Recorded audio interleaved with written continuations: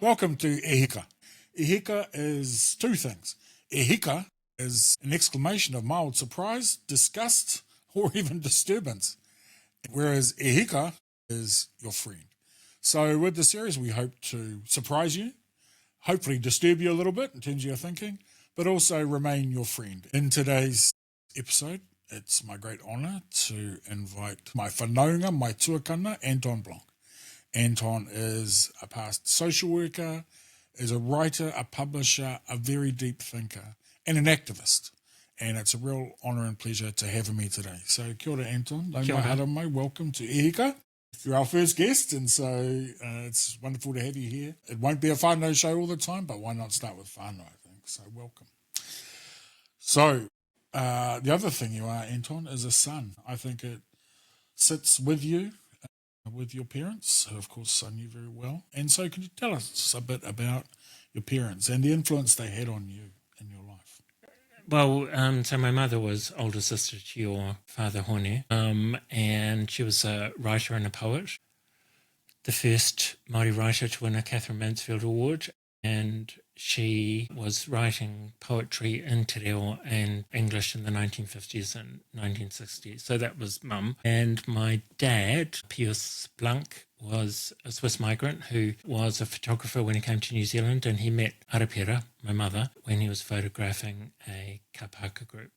And she was in the front row, so that's kind of how they met.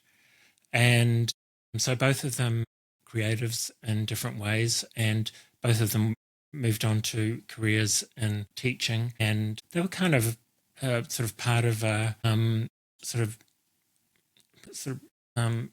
first wave of intellectuals, I suppose, Māori and Pākehā, who were considering issues of the day. So they were friends with people like Eric Schwimmer, who was the first anthropologist to write about Māori culture. Mum was friends with other Māori writers and artists like Ramai Hayward, whose husband was also German and making films about Māori culture.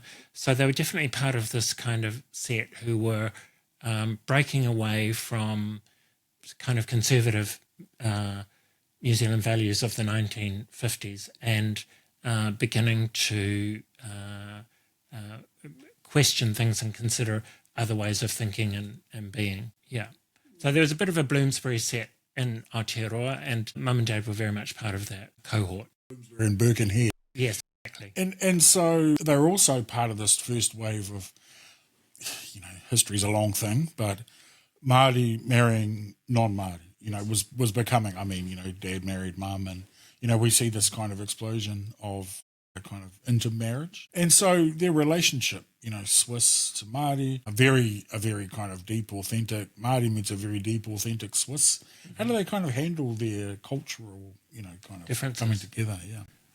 I think with great difficulty, to be honest, and it was kind of white hot, intense relationship the whole time, and they, Dad Pierce changed over the years, particularly with addiction issues. So he really began to change, and the central conflict in their marriage was about his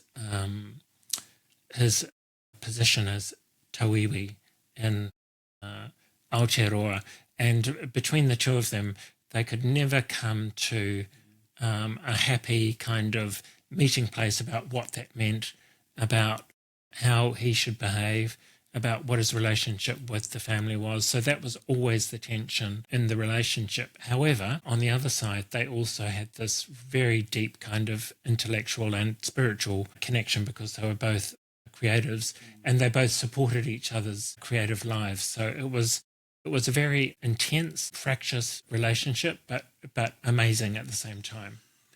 Yeah.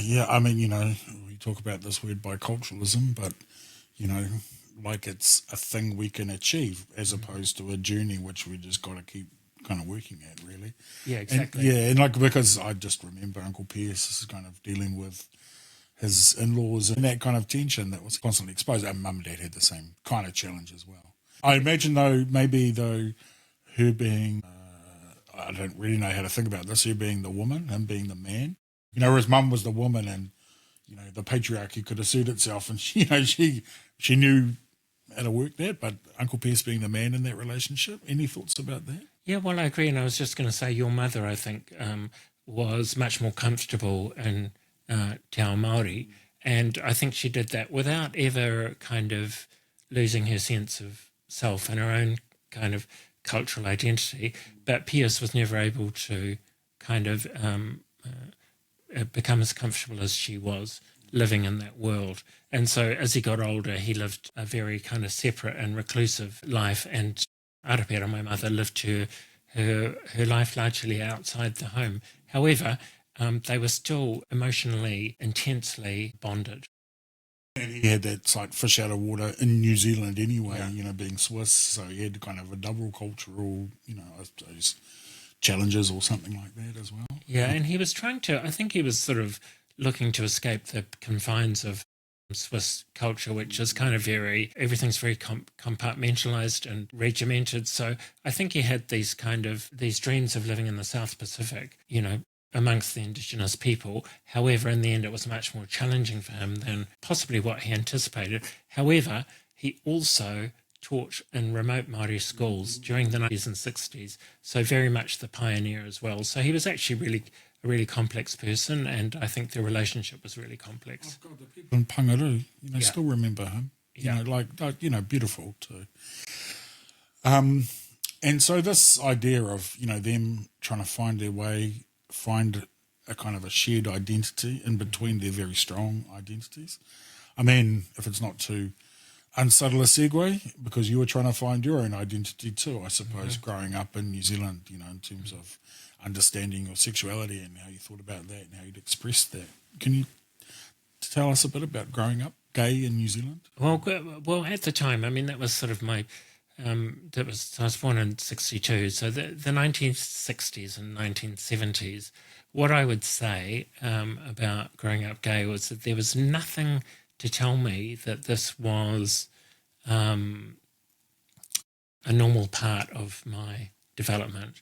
There were no gay teachers, there was no pride parade, no hero parade, there were no books for gay children. So it was I think it was a very discombobulating childhood. Firstly, to know that at a very primal level, I was different to the rest of my family.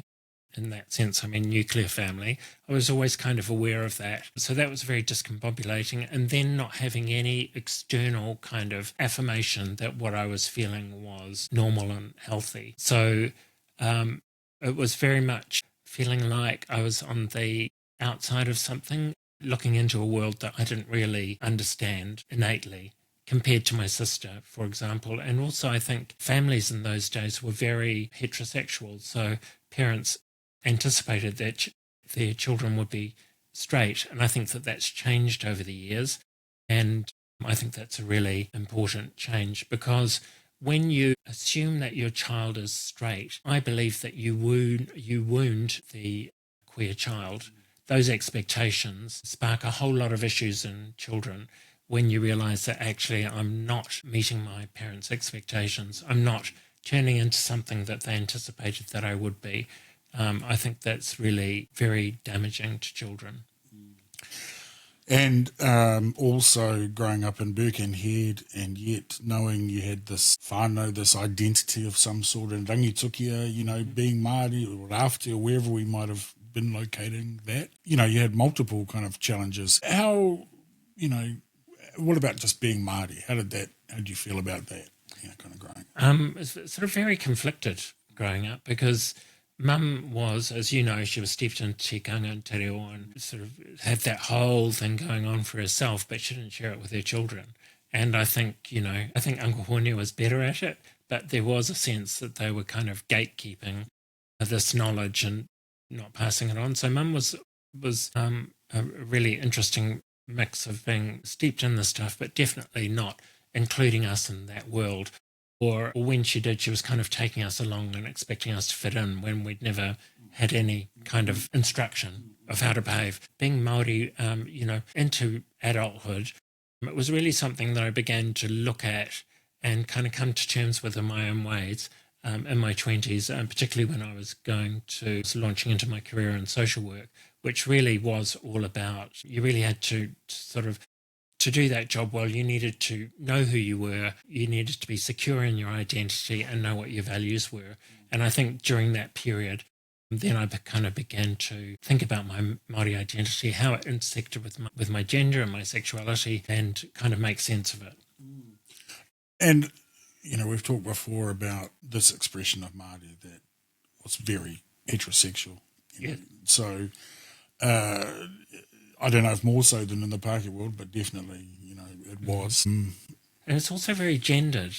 Like when you look at what happens on the marae, it was kind of like, when I was going to school and they put boys and girls into separate groups, it was, all that stuff felt very uncomfortable for me. And in terms of Māori protocol, to me it was very heteronormative. So all of it was difficult for me to navigate, and still is in some ways. But I've become more, now that I'm more secure in myself, it's easier for me to sit with that discomfort in a way. And just interestingly, you can use terms in 2025 because they exist, like heteronormative. Yes. At the time, how were you kind of reconciling all these things? Who were you talking to? Where were you finding kind of sanity in bringing all these ideas together? I am Māori, I am gay. How were you navigating that? Well, the sexuality really necessitated me finding another tribe, because it wasn't kind of sitting in my family, and it was a difficult issue for my parents to deal with. I think times have really changed over the years, so I talk to young queer Māori now who never had any formal process of coming out with their families. It's just like, oh no, we never had to talk about it. Mum and Dad just supported who I was. So I think things have changed for the better, but certainly for me, sort of in the 70s and 80s, I had to go out and find my other tribe of other, particularly gay men, who were navigating the same territory as I was, found each other, and that's where I was kind of able to let my sexuality, my gender identity kind of develop. I kind of explore it in that space. Ngāhui Taua Kōtuku talks about, the 80s, the term takatapui kind of becoming appropriated, in a life-giving way through the AIDS wānanga and things. So, you're not even having a term to describe yourself as Māori and gay for a while. So I just, still try and imagine just how difficult it must be. And in some ways, I don't know how kind of groundbreaking it was, the what was being done. I don't know where that's going. I think I just want to thank you for that work. And discovering, again, the discourse now around gender. I mean, again, I don't know the literature entirely, but some of it is new to me. I think it's new to a lot of us as we're kind of thinking through these issues around transgender and, encountering these new ideas to us, which I suppose are relatively, were being thought through. So again, you didn't have, not only Pride Parades, you didn't have the kind of intellectual framework that we have now to describe, these. What I'm kind of getting at is, so it must have been a lot of trial and error, kind of trying to work this out as you went through. Yeah, it is, and I think it's still evolving. Nothing's ever static. I think that the gender binary, this notion of there are two genders which are, allocated at birth based on your genitalia. I think that's where the problems start. So right from the beginning, because you have a penis, you're a boy, that is problematic, because there are boys who will be born who are not comfortable with their genitalia. So it doesn't work for trans people, and it also doesn't work for intersex people who have indeterminate genitalia. So it's really a way of understanding the species that is based around heteronormative ways of being. And I think it doesn't create problems, the problems I've described, but I think that the other problem is that there are particular characteristics and behaviours associated with each gender. And we know that as we've kind of evolved socially, that, the idea that men should lead, provide for their families, have limited EQ, I mean, all those ideas are completely redundant now. And we know that women also lead and that men can be nurturing. So I think that there are kind of human characteristics rather than gendered characteristics. So gender as a social category creates a whole lot of problems and excludes quite large numbers of humans. So in Aotearoa, just roughly, I would say we're talking about sort of 500,000 transgender and intersex people for whom the gender binary doesn't work. And for me as a man, it doesn't work because I believe that I have characteristics that are traditionally identified as feminine. So the whole thing needs a rethink. And yeah, I'm just the kahuku we're painting right here, which was at our house in Rangitukia. It's got as Ranginui, Papa Tunuku, and Waumoko. You know, but I mean, Dad used to talk about it as the masculine and the feminine, not necessarily the man and the woman, you know, and that we all have these masculine, feminine traits within us. That, you know, that, which he was making a distinction because I think it's kind of unavoidable with our culture, but not necessarily you've got a penis, therefore you're 100% man and that's it. It's like we've all got masculine and feminine within us and they have, but can have different understandings. And who decides what a masculine characteristic is? Well, yeah, I don't know. Yes. I was coming right to the edge of my knowledge. Well, he talked to us about because, you know, he and I worked together for 7 years, and he talked about Wairua as being two spirits. Yeah. Yeah, and kind of the masculine and the feminine, but not, yeah. I think a lot of people, you know, like I'm old enough to still be challenged by this conversation, as in, you know, I'm getting my head around it. It's quite new for a lot of, you know, I don't know, New Zealand anyway, and we're thinking it through. And then you got, you know, a lot of angry J.K. Rowlings in the background. But, you know, within this notion of those rules, you know, which were in Victorian Christian inheritance, you know, from England. Like, you know, because the Ethiopian Christians at the same time had an entirely different sexual morality. But what about kind of a sexual morality? Like, are there rules, you know, around sexual behavior? You know, like what's life-giving, what's not? It's not a trap. I'm just, you know, trying to, as we come to understand the limitations, in fact, the oppressive nature of a lot of what we were doing and thinking. But, you know, is it a free-for-all or are there ways we can kind of, you know, things we can replace it with? I think it's diverse.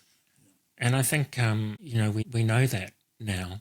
So families have to make room for this diversity in their children. And I think it's really about allowing children to take the lead. And this is what I hear in these kids now who have never had to have a coming out. Their children just followed their children.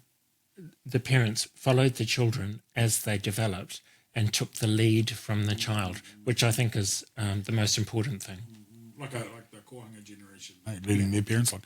But look, I'm not really sure where I'm going with this, but, you know, things like consent and, you know, what's a life-giving relationship look like and what's an unhealthy relationship looks like. You know, we've got whānau who, you know, the age gap is so, you know, just seems unhealthy from the outside anyway. Just those kind of questions, you know, like any thoughts around that? Like who prescribes that? How do we, as we go through this change, we're keeping or we're even reinforcing some things, my thought?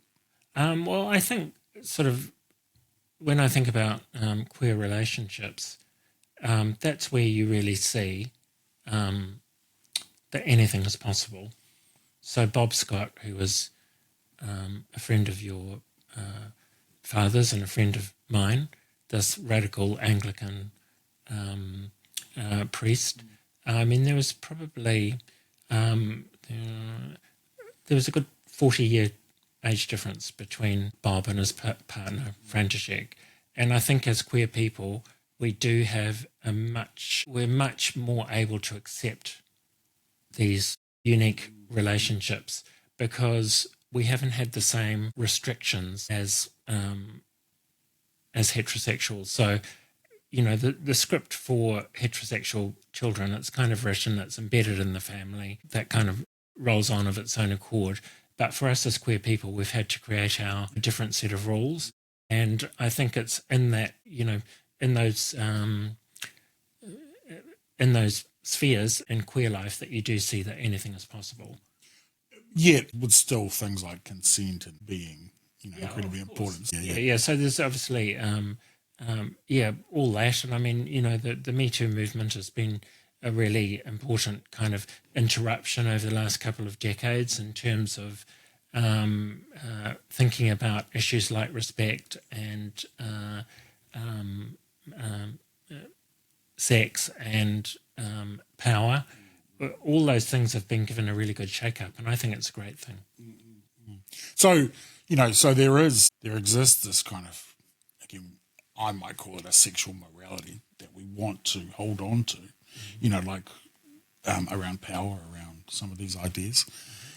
And yet, it's just in the process of rethinking as we go forward.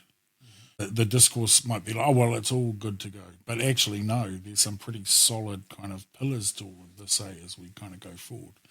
And, it just I don't know, sometimes in these arguments, change seems to be the only purpose, whereas actually there's a lot of constant through it, like love. Whatever that might be, it's still a thing that seems to be a value to people, just trying to get my head around as an aging man, how are we going to think about this and what we tell people, what we share? Well, I think it all comes back to love and aroha.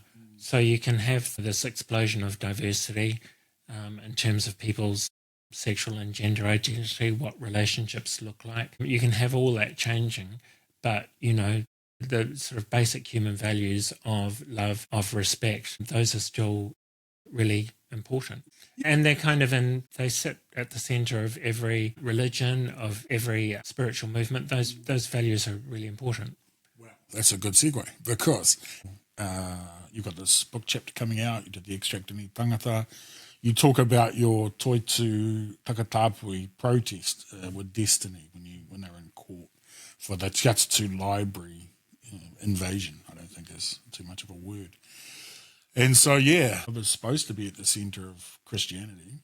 Jesus is pretty clear about it, but Brian Tamaki seems to bring the hate. Do you have any hope for Christianity? I think that my main issue with Christianity, and at the core of it is the whole sexuality issue. And what I think is that the secular world is like 50 to 100 years ahead of the church in terms of understanding love and diversity. And really it should be the other way around, that the church should be pointing us towards love and acceptance. However, what we see more, I mean, Tamaki's I almost see him as slightly separate from sort of more, I consider him more of a cult than Christianity, but he is the real hard end of the Christian message of judgment, and he's not carrying a message of love, he's actually carrying a message of hate. You've got this beautiful sentence in there. Rainbow identities force us to create chosen families of our peers and kindred spirits, and we have much to teach the church about love. It's a beautiful phrase. So narrative is, well, Māori, we were perfect in every way, and we were pretty good. And then, colonisation came, and it was terrible. I'm not ever saying anything good about it. And then Christianity came and subbed out our sexuality. And yet, is love present in this renewal of our culture, in this renaissance? Like, is diversity actually present? You got any thoughts about that as we recover our language and our place and our identity and our pride as Māori? Because, we grew up, we were quiet about being Māori because it wasn't seen as a good thing in New Zealand society. And now, everyone's buying their warehouse out on Māori Language Week. But, where's sexuality in this renaissance? Because I see some worrying signs about hypermasculinity around, the doubling down of some of our worst traits, to be honest, in this as well. You got any thoughts about that? Yeah, I think it's not where it needs to be. And I don't hear many Māori leaders or politicians talking about sexuality. So I think that there's still a way to go. The Māori Party, I mean, this is a while ago now, but they voted against the civil union bill based on hiding behind tikanga. I don't know where they got that from. Māori leaders have said terrible things about homosexuals. Tamahere Verco. So I still feel that we've got a long way to go. And I think part of the issue is that Te Ao Māori has become so intertwined with Christianity that you can't separate the two. So I think that conservatism that I see, that's still there, that is the nub of the problem. It's indefensible, and the church is cowardice. Even the liberals are always the worst, Oh, we would say more, but, But interestingly to me, some of the younger leaders of this Renaissance have a very strong, deliberate rejection of Christianity, and yet I've watched them around these issues and I'm like, just like they're very deliberate. Christianity's out, but I'm not sure what's in, instead. It because this kind of fundamentalism that comes, the essentialism of being, essentialist Māori. Well, you and if you're a man, you're a man. It's about whakapapa, and if you're a woman, you got your role, and it feels like this doubling down of things, which is a bit scary. But you've got this beautiful phrase. It's longish. I'll just read it to you because they're always the kōrero, and I'm writing a little piece myself for the spin-off around tiroranga tiratanga. That's the focus, right? It's the power. We've got to have the power. We've got to be at the table and got to have the power. I mean, this is the Māori Party right now. You wrote about intersectionality has increased the range of human identities, incorporating intersecting categories like gender, sexuality, indigeneity, ethnicity, and the patriarchy that used to call the shots is now destabilized. Rather than trying to occupy the centre, you move across the cultural and digital landscape, engaging with many identities. It feels much more democratic and exciting. Everyone has a role. Blew my mind when I read it. Just the way you've articulated it so well, so cleanly, so clearly. Are we after tinoranga tiratanga? Do we want to grab the control of the centre? Is there a centre? No, I don't think there is a centre anymore. I think it's been destabilised, and particularly that the phenomenon that's really destabilised it is social media. So these young ones now have a voice. And what I will say around sort of this conservatism towards sexuality that I think is still there in Te Ao Māori is Eru Kapakingi I think he gets it. And I've seen him advocate for LGBTQIA+. So the younger ones do get it, but I still feel that we've got a long way to go. I think part of our kōrero today is thinking through, well, one, where have we come from? Because I think we just make some kind of skips and jumps and, we were perfect, colonisation, now we've got to get back. I think it's always more complicated as we navigate the waters. But I think too, what can we learn from the journey to help navigate? And again, social media, great. And I love that. I love, apart from anything, how kind of empowering and positive that is. And it's also our reality, we just got to grapple with it. But what are the kind of guiding stars? What are the values that will help us shape the kind of discourse, the way thinking forward? Going forward, where are we going? How are we going to navigate this? You now as well, shall we embrace our kaumātua status? We're pretty bloody close, if not, kaumātua men, women, doesn't matter, interchangeably used. If, as we become the elders, by default, what are we hoping? What are you hoping? Where are we going with this? Well, I think that the patriarchy will continue to be destabilised as young people, as our bottom-heavy population grows. Their voices, they already are helping destabilise the patriarchy. So I think that over the next few generations, we'll just see more of what we're seeing now. So there'll be more erus, there'll be more hanas, there'll be more of these younger voices articulating a new way to be. What I'd like to see, and I don't see more of, is I would like to see more of them talking about gender and sexuality and questioning some of our own traditions and understanding of the world. And with these young ones who are the kohanga generation, that aspect of their discourse I still think can be a little bit conservative. But yeah, my hope is that we'll continue to see change, freedom and equity.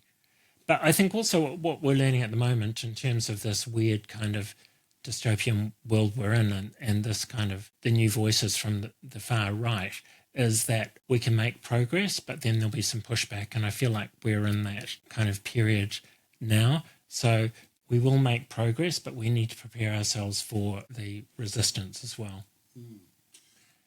As I was preparing for this interview, I was thinking, the thoughts you don't want to think sometimes, as a cis man. And I don't think about sexuality and gender because I don't need to. It was like growing up, Pākehās never needed to think about anyone except for themselves because they didn't need, we were just some weirdos sitting off to the side, Māori and everyone else. So I think this kōrero, and again, we have this, we've got to think about tino rangatiratanga, we've got other priorities, whereas actually this is pretty fundamental, right? So, and then your role is to be an ally. I think, and if you're serious about that means you need to get your head around the issues. And I've got to say with Eru Kapakingi, I have been really impressed with him on that regard.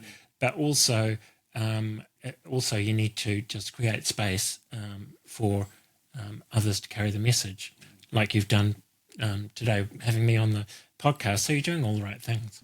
Oh, kia ora. Yeah. Thank you. I'll get a takatapui tick for the show. Yeah. Well, and I think about Robin Koku, beautiful work, but lots of ways to think about that. And I think about, our nan and your mother and even, I think about Dad and his brothers. And while, very, it could very heterosexual, patriarchal, range of those things, I see something different in that picture from just a man and a woman. I see things you've been talking about that was in there.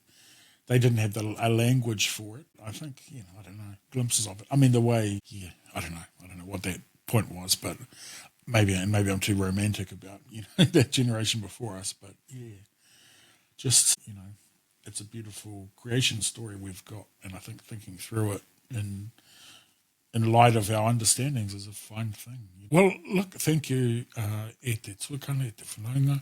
Thank you for your time today. Thank you for your wisdom. Thank you for your generosity of sharing, but also thank you for the work you do and, reminding us all of who we are and who we need to be and of your leadership in this space and in all the spaces you walk in. So kia ora.